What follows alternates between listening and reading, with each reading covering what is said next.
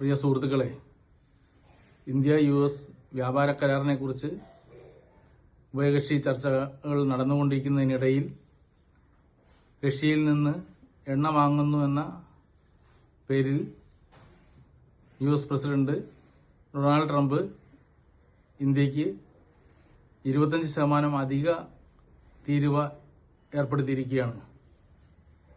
ഇപ്പോൾ തീരുവ വരുന്ന 27-ാം തീയതി മുതൽ 50% വർദ്ധിക്കുന്ന ഒരു സാഹചര്യമാണുള്ളത്. വ്യാപാര കരാറിനെ കുറിച്ചുള്ള ചർച്ചകൾക്കിടയിൽ ഇന്ത്യയെ സമ്മർദ്ദത്തിലാഴ്ത്തുവാൻ US നടത്തുന്ന ഈ നീക്കങ്ങൾ പ്രതിഷേധാർഹമാണ്. ഇന്ത്യക്കും ബ്രസീലിനും മാത്രമാണ് ഏറ്റവും ഉയർന്ന തീരുവ ഏർപ്പെടുത്തിയിട്ടുള്ളത്. ലോകത്തിന്റെ ഭരണാധിപൻ അഥവാ ചക്രവർത്തി എന്നുള്ള നിലയിൽ ഏകപക്ഷീയമായി ഇത്തരം തീരുമാനങ്ങൾ അടിച്ചേൽപ്പിക്കുന്നത് വളരെ ദൗർഭാഗ്യകരമാണ്.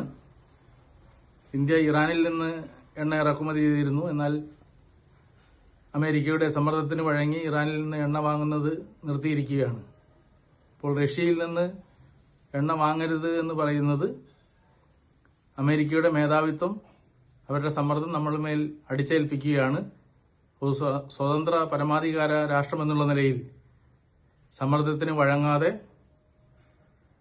റഷ്യ, ചൈന തുടങ്ങിയ മറ്റ് ഏഷ്യൻ രാജ്യങ്ങളും യൂറോപ്യൻ രാജ്യങ്ങളുമായി ചർച്ചകൾ നടത്തിക്കൊണ്ട് പുതിയ വ്യാപാര സംവിധാനങ്ങളിലൂടെ അമേരിക്കയുടെ തിട്ടൂരത്തെ ഏകാധിപത്യപരമായ സമ്മർദ്ദതന്ത്രത്തെ മറികടക്കാനുള്ള ശ്രമം ഇന്ത്യയുടെ ഭാഗത്തു നിന്നുണ്ടാകുമെന്ന് പ്രത്യാശിക്കാം.